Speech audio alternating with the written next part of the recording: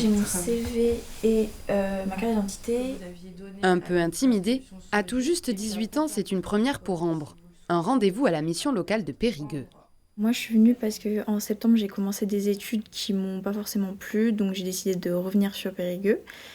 Et en attendant de pouvoir retourner sur Parcoursup en janvier, je cherche du travail. Comme Ambre, 700 nouveaux jeunes de 16 à 25 ans passent la porte de cette structure associative chaque année.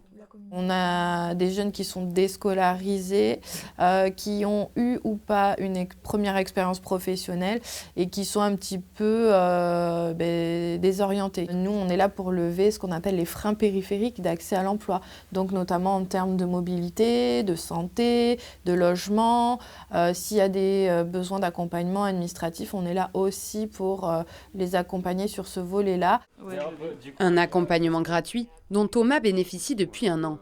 Grâce à son conseiller, ce coach sportif a trouvé du travail, pu financer sa formation et ambitionne de créer son entreprise.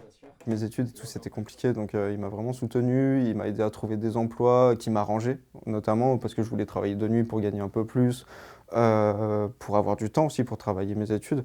Et vraiment, à chaque fois, j'ai eu un accompagnement vraiment qui correspondait à ce que je voulais, quoi. Merci beaucoup.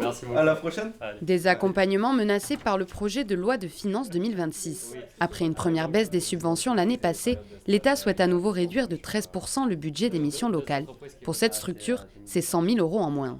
Une réduction des subventions, mais c'est une réduction aussi des moyens qu'on alloue aux missions locales, donc de manière générale, du temps qu'on peut passer dans l'accompagnement des jeunes et puis les allocations directes aussi qu'on peut leur verser, parce que parfois on a des jeunes qui passent la porte de la mission locale, qui ont moins de 300 € par mois pour vivre.